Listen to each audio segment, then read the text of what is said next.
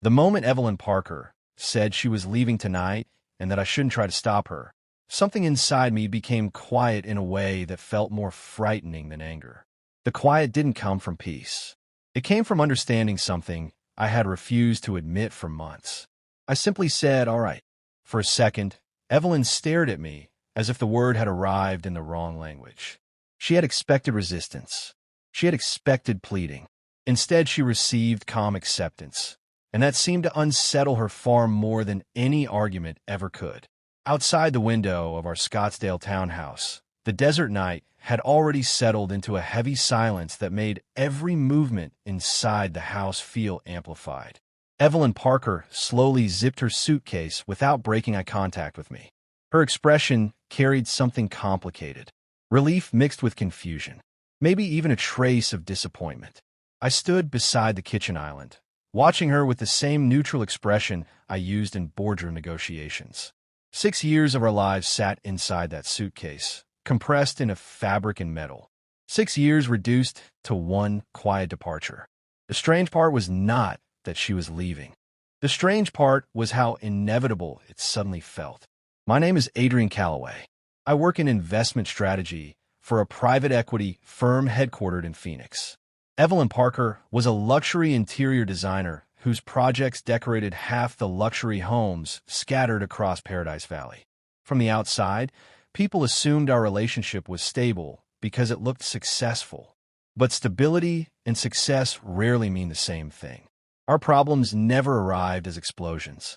They arrived as small daily fractures. Late dinners that turned into separate evenings.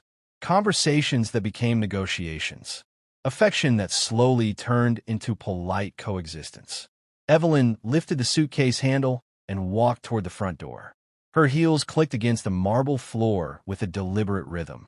Just before she reached the door, she stopped and turned around. "Adrian, you're really not going to try to stop me?" she asked. The question hung in the air like a challenge she had rehearsed. I folded my arms calmly. "If you've already decided," I said evenly, "then stopping you wouldn't actually solve anything." She blinked once. The answer clearly disrupted the emotional script she had prepared. People often expect drama when relationships collapse, but sometimes the most unsettling response is simple clarity. Evelyn studied my face carefully. "What if I regret this?" she asked quietly. I paused before responding. "Then you'll learn something about yourself," I said.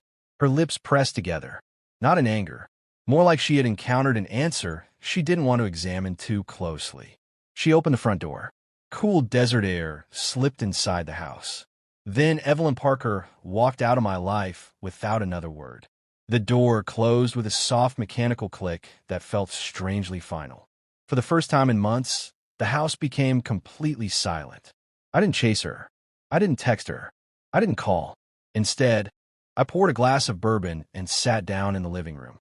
That night, I finally allowed myself to review the relationship without the emotional bias that had kept me invested in it. And what I realized changed the way I understood everything that had happened between us. But before we go further, pause for a moment and consider this question. If someone you loved announced they were leaving and told you not to stop them, would you fight for the relationship or respect their decision and step back? Think about that for a second and share your answer in the comments. Because the line between loyalty and self-respect is rarely as clear as we believe. The first 3 days after Evelyn left were unexpectedly peaceful. Not happy, just peaceful. I woke up early, went to the gym, worked late at the office, returned to a quiet house that no longer carried the tension of unresolved conversations. Friends assumed I must be devastated, but the truth was more complicated. What I felt was clarity. The kind of clarity that only appears once someone stops negotiating their own boundaries. On the 4th day, Evelyn called. Her name appeared on my phone while I was reviewing a financial report at my office in downtown Phoenix. I stared at the screen for several seconds before answering. "Hey," she said carefully. Her voice sounded softer than usual. "Hey," I replied. A pause stretched between us. Then she spoke again. "I just wanted to check in." The phrasing was interesting. Not "I miss you." Not "Can we talk?" Just checking in. "I'm doing fine," I said calmly. Another pause followed. "I thought you'd be more upset." Evelyn admitted. Why? I asked. Because 6 years doesn't usually end with a calm goodbye. I leaned back in my chair and looked out the window at the skyline. 6 years doesn't usually end with someone packing a suitcase either, I replied. She didn't respond immediately. Silence can reveal more than arguments ever could. Eventually, Evelyn spoke again. Are you saying you're okay with losing me? That question carried the emotional weight she had been holding back. I chose my words carefully. I'm saying I'm okay with accepting reality, I said. The call ended a few minutes later with polite goodbyes that sounded more like strangers than former partners. Over the next 2 weeks, something unexpected happened. Life continued moving forward. My work expanded. My schedule filled. The emotional space Evelyn had occupied slowly became something else entirely. Perspective. One evening, I attended a charity fundraiser in Paradise Valley hosted by a client named Nolan Prescott. The event gathered investors, entrepreneurs, and local philanthropists beneath soft garden lights and quiet jazz music. While speaking with a group near the terrace, I suddenly noticed a familiar figure entering the garden. Evelyn Parker. She wore a dark emerald dress and carried the same confident posture she always used at social events. But the moment her eyes found mine across the crowd, something subtle changed in her expression. Surprise, maybe even uncertainty. She walked toward me slowly. Adrian, she said when she reached the table. Nolan invited me to help with the interior redesign of his new property, she explained quickly. I nodded politely. That makes sense, I replied. Another small silence formed between us. Social gatherings rarely allow emotional conversations, yet the tension between us was obvious. Finally, Evelyn lowered her voice. You seem different, she said. Different how? Calmer. That observation was accurate. But it wasn't because the breakup had healed anything. It was because the conflict had finally stopped. Before continuing the story, let me ask you something else. When someone walks away expecting you to chase them, and you don't, do you think that changes how they see the relationship? Or does it only change how they see themselves? Let me know your thoughts below. Because this moment between Evelyn and me revealed something about human psychology that many people overlook. People rarely test relationships for the answers they claim to seek. They test them to confirm the emotional power they believe they hold. Evelyn studied my face for several seconds before speaking again. Do you miss me? She asked quietly. The question was honest, but it was also complicated. I miss who we used to be, I said truthfully.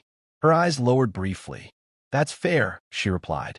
For the first time that evening, she looked slightly vulnerable. Then she said something unexpected. I thought leaving would make you realize how important I was to you. I considered the statement carefully before responding. Maybe it did, I said, but it also made me realize how important I should be to myself.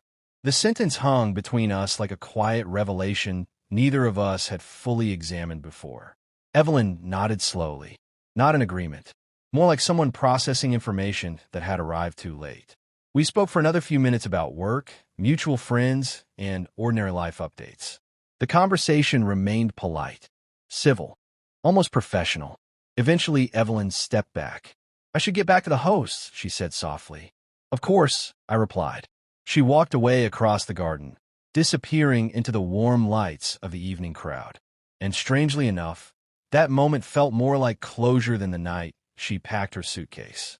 Because by then, both of us had finally stopped pretending the relationship could return to what it once was. Sometimes the end of a relationship isn't marked by shouting or betrayal.